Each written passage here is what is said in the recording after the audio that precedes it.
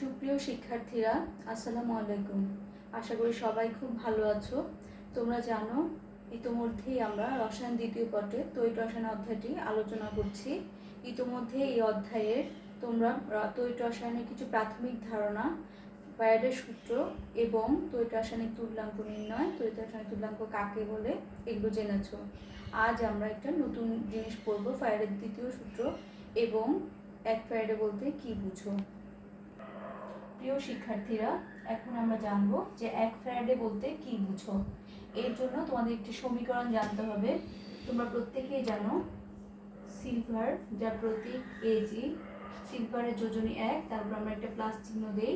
যদি silver ion থেকে আমরা সিলভার পেতে চাই, তবে সেক্ষেত্রে যেহেতু এখানে সিলভার নিরপেক্ষ, তার জারণ সংখ্যা 0, তাহলে সেই ক্ষেত্রে আমরা এখানে যেটা দেখতে পাই, সিলভারের উপর জারণ সংখ্যা যেহেতু এখানে একটি প্লাস আছে, +1, এখানে হচ্ছে 0, যেহেতু পরিমাণটি কমে গেছে, কমলে বিজারণ, আর বিজারণের সর্বদা ইলেকট্রনের গ্রহণ হয়, তাহলে সেক্ষেত্রে কয়টি ইলেকট্রন গ্রহণ করবে? একটি। আমরা এখানে E- দেব। তাহলে এই ক্ষেত্রে যে বিষয়টি খেয়াল করবে, সিলভার আয়নের আগে কিছু নেই, মানে আমরা এখানে 1 ধরি, ইলেকট্রনের আগেও কিছু নেই, মানে এখানে 1, এই সিলভারের আগেও কিছু নেই, মানে এখানে 1। আর এই যে 1 গুলো লিখলাম, আমরা 1 এর জন্য এখানে বলতে পারি যে এখানে সিলভার আয়ন আছে 1 মোল, এখানেও আছে 1 মোল, এখানেও 1 বলতে আমরা লিখতে পারি 1 মোল। তোমরা জানো যে অ্যাভোগাড্রো সংখ্যার যে সংজ্ঞাটা আছে, সেক্ষেত্রে 1 মোল পরিমাণ কোনো গ্যাসে অ্যাভোগাড্রো সংখ্যক অণু, পরমাণু বা আয়ন থাকে, ঠিক সেরকম এখানে যেহেতু 1 মোল পরিমাণ ইলেকট্রন, তাহলে সেক্ষেত্রে 1 মোল পরিমাণ ইলেকট্রনের মধ্যেও থাকবে অ্যাভোগাড্রো সংখ্যক ইলেকট্রন, যার পরিমাণ 6.022 × 10⁻23। তার মানে 1 মোল ইলেকট্রনের মধ্যে 6.022 × 10⁻23টি ইলেকট্রন বিদ্যমান থাকে। তাহলে সেক্ষেত্রে যেহেতু একটি ইলেকট্রনের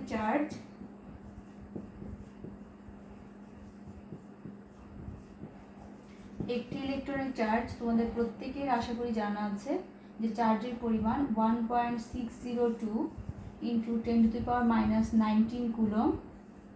এটা হচ্ছে একটি ইলেকট্রনের চার্জের পরিমাণ। তাহলে সেক্ষেত্রে অ্যাভোগাড্রো সংখ্যক ইলেকট্রন, অর্থাৎ যেটা আমরা জানি 1 মোল ইলেকট্রন, 6.022 × 10⁻23, এতটি ইলেকট্রনের যে চার্জের পরিমাণটা, তা যদি আমরা হিসেব করি 1.602 × 10⁻19 × 6.022 × 10⁻23, তোমরা ক্যালকুলেটরের সাহায্যে হিসাব করলে দেখতে পাবে পরিমাণটি আসবে 96,472.44 কুলম।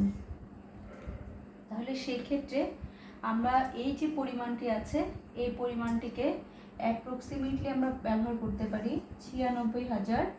অ্যাপ্রক্সিমেটলি ব্যবহার করার সময় তোমরা এরকমভাবে একটি ঢেউয়ের মতো চিহ্ন দিবে, 96,500 কুলম আমরা লিখি। আর বিজ্ঞানীরা 96,000 এই যে 500 কুলম যেটা আমরা পেয়ে গেলাম বা যেটাকে ধরা হচ্ছে, এটা সমান সমান ওনারা বলেছে 1 ফ্যারাড, বা এটাকে 1 ফ্যারাডে ধরা হয়। এটা তোমরা এমসিকিউর জন্য ভালো করে পড়বে।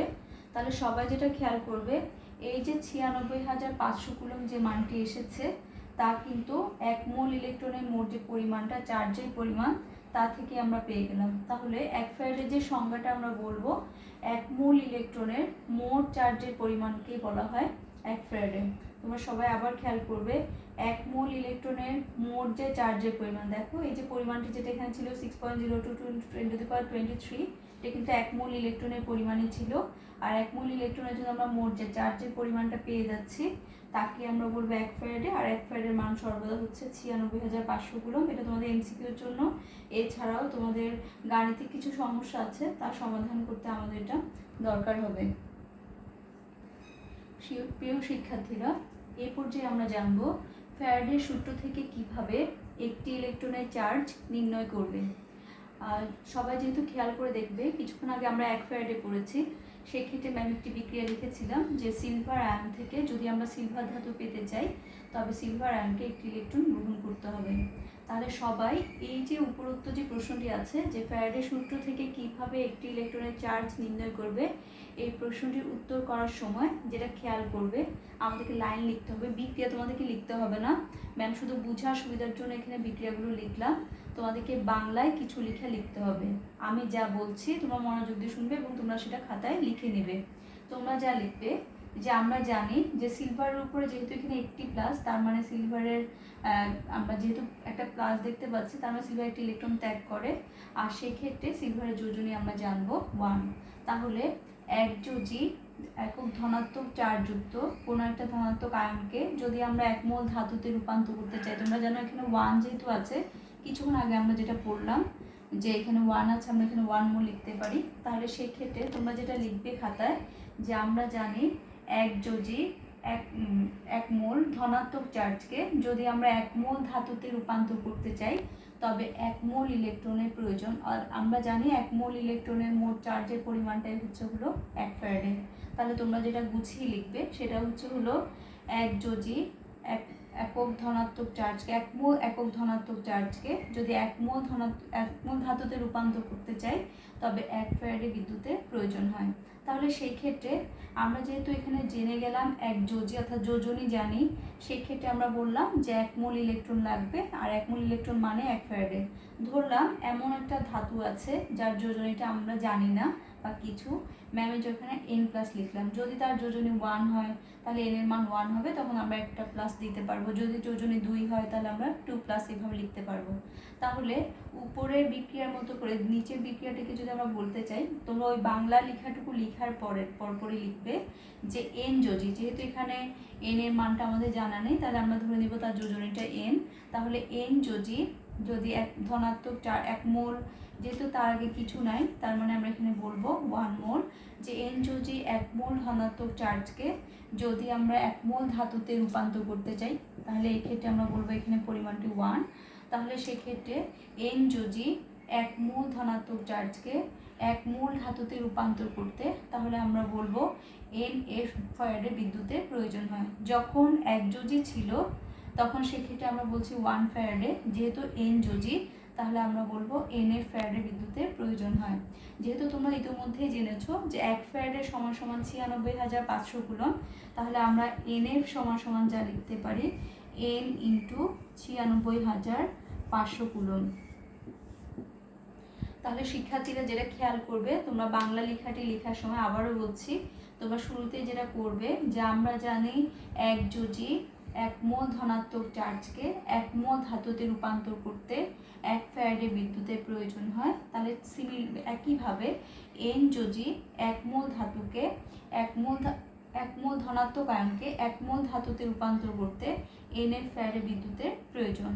এর পরপরই তোমরা যে লেখাটি লিখবে, যেহেতু 1 ফ্যারাডে সমান 96,500 কুলম, তাহলে আমরা এখানে যে nf দেখতে পাচ্ছি nf সমান আমরা লিখতে পারবো n ইন্টু 96,500 কুলম। এতটুকু লেখার পরে তোমরা যা লিখবে যে ধরি, যেহেতু আমরা ইলেকট্রনের চার্জ নির্ণয় করবো, আমরা জানি না যেহেতু ধরে নিচ্ছি, ধরি একটি ইলেকট্রনের চার্জ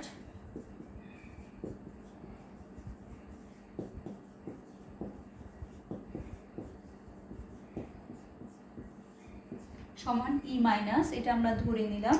তাহলে সেই ক্ষেত্রে তোমরা প্রত্যেকেই জানো যে 1 মোল পরিমাণ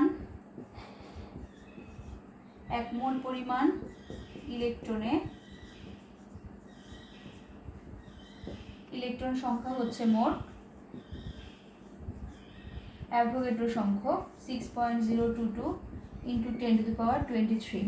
তাহলে 1 মোল পরিমাণ ইলেকট্রনে যেহেতু ইলেকট্রন সংখ্যা এতটা থাকে, যেহেতু আমরা ইলেকট্রনের চার্জের পরিমাণটিকে ই মাইনাস ধরে নিলাম, তাহলে এত যে ইলেকট্রন এখানে আছে তাদের প্রত্যেকের মোট চার্জের পরিমাণ হবে এই পরিমাণের সাথে আমরা যদি ই মাইনাস গুণ করি সেই পরিমাণটি। সবাই যেটা খেয়াল করবে, যেহেতু একটি ইলেকট্রনের চার্জের পরিমাণ ই মাইনাস, তাহলে এতটা ইলেকট্রনের চার্জের পরিমাণ হবে, এতর সাথে আমরা কত গুণ করব, ই মাইনাসটা গুণ করব। অর্থাৎ তোমরা যেটা লিখবে যে অর্থাৎ 1 মোল ইলেকট্রনের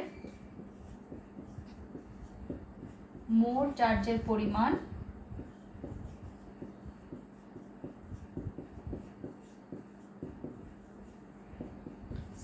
6.022 into 10 to the power 23 into E minus। এরপর লিখবে প্রশ্ন মতে বা আমরা যেটা করলাম এতক্ষণ পর্যন্ত সেই হিসেবে আমরা যেটা লিখতে পারি যে n ইন্টু 96,500 কুলম, যেটা আমরা দ্বিতীয় সমীকরণের আলোকে পেয়েছিলাম যে সমান সমান 6.022 into 10 to the power 23 into E minus. সবাই যেটা খেয়াল করবে সেটা ছিল এন যদি কোনো একটা ধাতুর জন্য ছিল যেখানে যোজনীটা আমাদের জানা নাই, তাহলে সেক্ষেত্রে আমরা জানি এনএফ ফ্যারাডে বিদ্যুতের প্রয়োজন হয়, যেটা এন মোল ইলেকট্রনের মোট চার্জের পরিমাণ। তাহলে সেই ক্ষেত্রে এখানে আমরা যেটা জানি এটাও কিন্তু ইলেকট্রনের মোট চার্জের পরিমাণ। তাহলে এখান থেকে আমাদের কার পরিমাণটা বের করতে হবে? ই মাইনাসের পরিমাণ, অর্থাৎ ইলেকট্রনের চার্জের পরিমাণটা আমরা বের করব। বীজগাণিতিক নিয়ম অনুসারে যার পরিমাণটা বের করতে হয় তার সর্বদা বাম পাশে থাকে। তাহলে আমরা এই ক্ষেত্রে লিখতে পারবো N into 96,500 coulomb divided by 6.022 into 10 to the power 23। আমরা এখানে একযোজির ক্ষেত্রে হিসাব করি, তাহলে সেই ক্ষেত্রে 96,500 coulomb divided by 6.022 into 10 to the power 23। যেহেতু একযোজির ক্ষেত্রে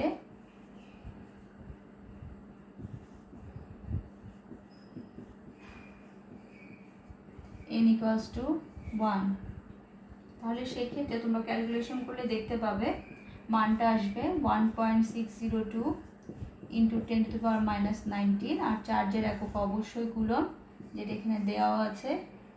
কুলম্বের পরিমাণটি লিখবে। আর অলরেডি তোমরা জানো যে একটি ইলেকট্রনের চার্জের পরিমাণ হলো 1.602 into 10 to the power -19 coulomb. সুপ্রিয় শিক্ষার্থীরা, তোমরা এতক্ষণ ফ্যারাডের সূত্র থেকে কিভাবে ইলেকট্রনের চার্জ নির্ণয় করা যায় তা জানলে। এরপর যে আমরা পড়ব ফ্যারাডের দ্বিতীয় সূত্র। অলরেডি তোমরা প্রথম সূত্র জানো, আর দ্বিতীয় সূত্রের ক্ষেত্রে আমরা যেটা খেয়াল করব, ম্যাম এখানে বোর্ডে একটি চিত্র উপস্থাপন করেছি। তোমরা প্রথম সূত্রের ক্ষেত্রে দেখতে পেয়েছিলে যে আমরা একটি তড়িৎ বিশ্লেষ্য দ্রবণ ব্যবহার করেছিলাম, কিন্তু ফ্যারাডের দ্বিতীয় সূত্রের ক্ষেত্রে এখানে মোট 3টি তড়িৎ বিশ্লেষ্য দ্রবণ আমরা নিয়েছি। দ্বিতীয় সূত্রের ক্ষেত্রে যে বিষয়টি খেয়াল রাখতে হবে, এখানে মিনিমাম 2টি তড়িৎ বিশ্লেষ্য দ্রবণ থাকতে হবে, তার চেয়ে আরও বেশি দ্রবণও থাকতে পারে। আমি তোমাদের সুবিধার্থে এখানে 3টি দ্রবণ নিয়ে ব্যাখ্যাটা করব। ফ্যারাডের দ্বিতীয় সূত্রটি একটু বড়ই সূত্রটি বোঝার জন্য বা সূত্রটি বিবৃতি করার আগে ম্যাম কিছু ব্যাখ্যা এখানে দিব, তারপর সূত্রটি বিবৃতি করব।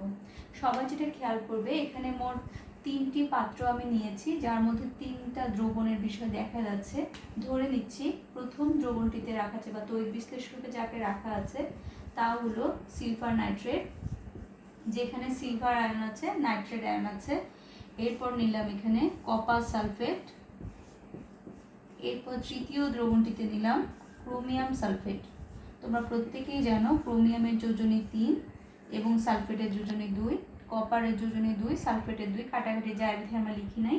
সিলভারের যোজনী 1, নাইট্রেটের যোজনী 1, কাটাকাটি যায় আমরা লিখিনি এখানে। যোজনী অবশ্যই তোমাদের জানতে হবে, যা আমি তড়িৎ রাসায়নিক তুল্যাঙ্ক নির্ণয় করার সময় তোমাদেরকে লিখে দিয়েছিলাম। সবাই যেটা খেয়াল করবে, এখানে ধাতু হিসেব করে আমরা যদি দেখি, সিলভারের যোজনী 1, সিলভারের উপর আমরা একটা প্লাস দিব। কপারের যোজনী 2, কপারের উপর আমরা এখানে 2 প্লাস লিখব। ক্রোমিয়ামের যোজনী 3, ক্রোমিয়ামের উপর আমরা এখানে 3 প্লাস লিখব। চিত্রটিতে একটা বিষয় খেয়াল করবে, এখানে যে 3টা দ্রবণ রাখা আছে প্রত্যেকটাতে কিন্তু যেহেতু তড়িৎ বিশ্লেষণ, 2টি তড়িৎদ্বারের বিষয় এখানে আছে, একটি অ্যানোড একটি ক্যাথোড। আমরা কাকে অ্যানোড কাকে ক্যাথোড ধরবো, যেহেতু উপরে তোমরা খেয়াল করো উপরে ব্যাটারি ধনাত্মক প্রান্তের সাথে এটা আছে এই তড়িৎদ্বারটি, তার মানে এটা অ্যানোড, তাহলে স্বাভাবিকভাবে এটা হবে ক্যাথোড, সেই জন্য আমি এখানে উপরে মাইনাস দিয়েছি। এর পরপরই আছে কপারের দ্রবণ, এটা অ্যানোড, এখানে মাইনাস যেহেতু এখানে প্লাস, এরপর ক্যাথোড, আবার অ্যানোড, এরপর হচ্ছে ক্যাথোড। সবাই যেটা খেয়াল করবে, এখানে ফ্যারাডের দ্বিতীয় সূত্রের ব্যাখ্যাটা বা বিবৃতিটি দেওয়ার জন্য আমাদেরকে যে জিনিসটি জানতে হবে, যেমন এখানে যদি আমরা তড়িৎ বিশ্লেষণ চালাই বা তড়িৎ বিশ্লেষণ করি, তবে যেটা দেখা যাবে যেহেতু সিলভার আয়ন আছে, সিলভার যেহেতু ধাতু এবং তারপর যেহেতু প্লাস চিহ্ন আছে, স্বাভাবিকভাবে সে ঋণাত্মক তড়িৎদ্বার অর্থাৎ ক্যাথোড কর্তৃক আকৃষ্ট হবে এবং সেই ক্ষেত্রে এখানে সিলভার ধাতু রূপে জমা হবে। ধরে নিলাম জমাকৃত সিলভারের পরিমাণ W1। সিমিলারলি কপার যে ধাতুটি আছে তা এখানে তড়িৎ বিশ্লেষণের পর ক্যাথোডে গিয়ে জমা হবে, এবং ধরে নিলাম কপারের পরিমাণ হচ্ছে W2, এবং একইভাবে ক্রোমিয়ামের ক্ষেত্রে ক্রোমিয়াম ধাতু জমা হওয়ার পরিমাণ ধরে নিলাম W3। তোমরা প্রত্যেকেই জানো এখানে যে সিলভার, কপার এবং ক্রোমিয়াম আছে তাদের প্রত্যেকেরই এক একটা পারমাণবিক ভর আছে, যা কখনোই একই রকম নয়। তাহলে সেই ক্ষেত্রে সিলভার এখানে যে ধাতুটি আছে তার পারমাণবিক ভরটি আমরা ধরে নিচ্ছি M1, কপারের জন্য ধরে নিলাম M2, এবং ক্রোমিয়ামের জন্য আমরা ধরে নিচ্ছি সেটা M3। আর সিলভারের যে যোজনের বিষয়টি আছে, যোজনীটাও কিন্তু একই এখানে নয়। আমি 3 ধরনের ধাতু এখানে ব্যবহার করলাম, ভিন্ন ভিন্ন যোজনীর। সিলভারের যোজনী আমরা যদিও জানি এখানে +1 বা যোজনী 1, কপারের ক্ষেত্রে 2 এবং ক্রোমিয়ামের ক্ষেত্রে 3। আমরা তাকে প্রতীক অর্থে ব্যবহার করার জন্য বা বইয়ের হিসেব করে তোমাদের বইগুলোতে যেভাবে দেওয়া আছে ধরে নিচ্ছি V1, কপারের ক্ষেত্রে তা V2 এবং ক্রোমিয়ামের ক্ষেত্রে তা V3। তাহলে ম্যাম এখানে যে কাজগুলো করলাম সবাই যেটা খেয়াল করবে, এখানে W1, W2 এবং W3 এগুলো হচ্ছে প্রত্যেকের সঞ্চিত পদার্থের পরিমাণ। তোমরা যেগুলো খেয়াল করবে এগুলো কিন্তু সবগুলো হচ্ছে সঞ্চিত পদার্থের পরিমাণ।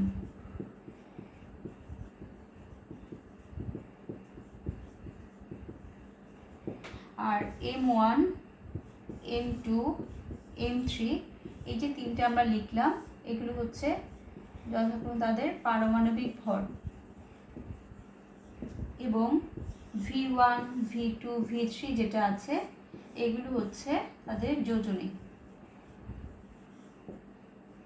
তাহলে এক্ষেত্রে তোমরা যেটা খেয়াল করবে, তিনোটা দ্রবণই কিন্তু একটা পরিবাহী তারের সাথে ব্যাটারির মাধ্যমে যুক্ত। তার মানে আমরা যখনই বিদ্যুৎ চালনা করব তিনোটা তড়িৎ বিশ্লেষ্য দ্রবণের মধ্য দিয়ে বিদ্যুৎ চালিত হবে বা প্রবাহিত হবে।